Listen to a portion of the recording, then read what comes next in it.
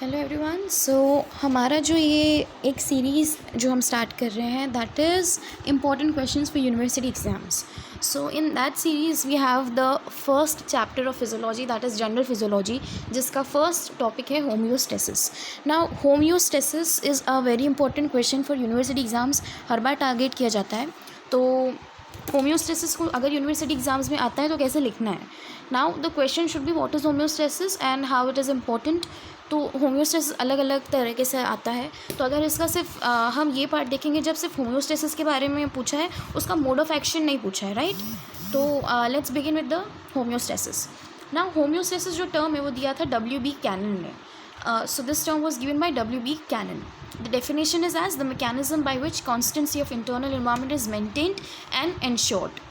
So this is a process by which जो internal हमारा environment है that is maintained, and for homeostasis, living membrane with varying permeability such as vascular endothelium and cell membrane plays important role in exchange of fluids, electrolytes, nutrients, metabolites across compartment of body tissue. So now for maintaining the homeostasis we need certain membranes which are having variable permeability. So which are these membranes? So this is the vascular endothelium and the cell membrane. अब ये क्या करते हैं? They have the important role in exchange of fluids, electrolytes, nutrients, metabolites and other components across the body tissue. सो ये सारा चीज़ों का exchange करते हैं ताकि जो होम्योस्टेसिस है वो मेंटेन्ड हो।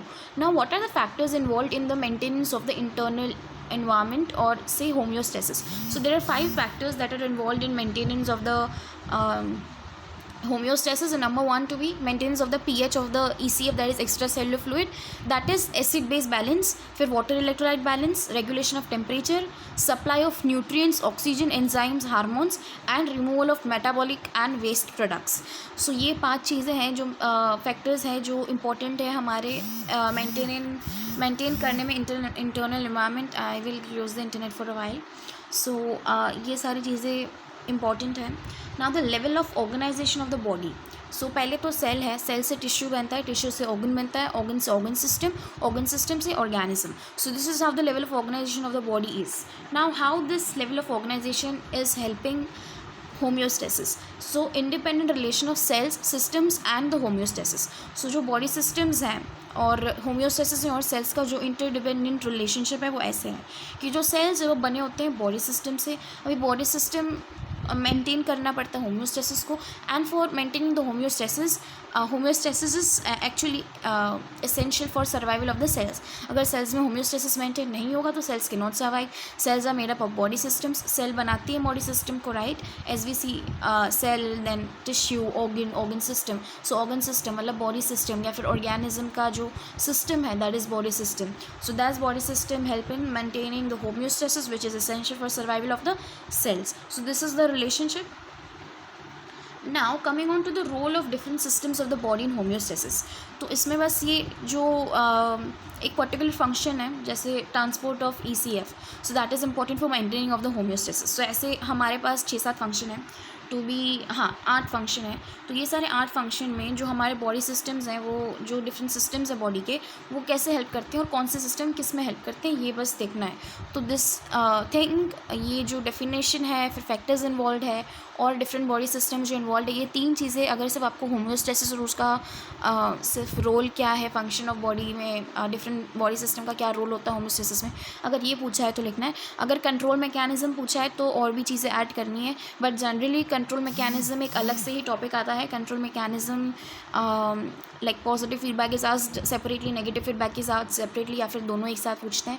तो जो फीडबैक मैकेनिज्म है वो अलग से ही पूछते हैं, जो वो mode of action of hormone homeostasis है। So now coming back to the lecture की role of different systems of the body in homeostasis.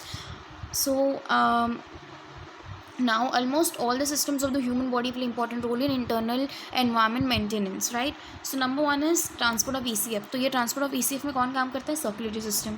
तो इन दिस वे जो ECF है वो हर जगह बॉडी में चला जाता है, जैसे प्लाज्मा, इंटरस्टिशियल फ्लूइड में जो ECF है वो मिक्स हो जाते हैं और इससे homogeneity is maintain through out the body.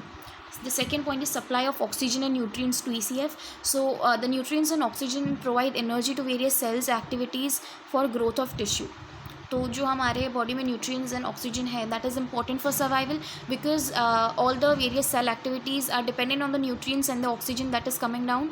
The energy is being provided by those nutrients and oxygen.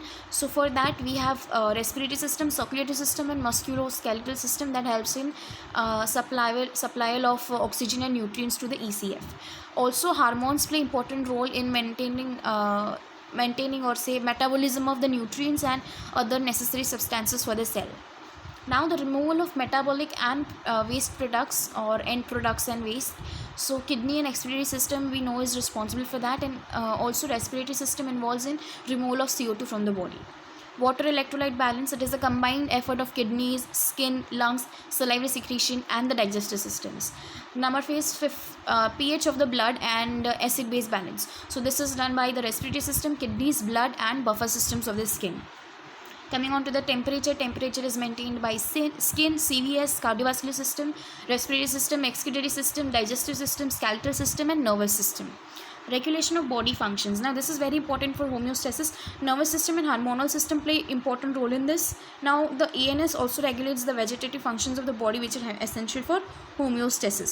So basically regulation का काम है that is of the nervous system and the hormonal system. Now reproduction, this is the last point. Reproduction is not considered as a homeostatic function. ये considered नहीं होता है. However इसको यहाँ पे इसलिए डाला है क्योंकि जो हमारा जो generation of new beings है, the reproduction that is maintaining or generating new species. So this helps in maintaining the condition of generating new species to replace the ones that are dead. तो ये ऐसे homogeneity maintain करता है, ratio जो है वो maintain करता है. तो वैसे तो it is not a homeostatic function but we are here mentioning it. And as I said, mode of action of homeostatic control system.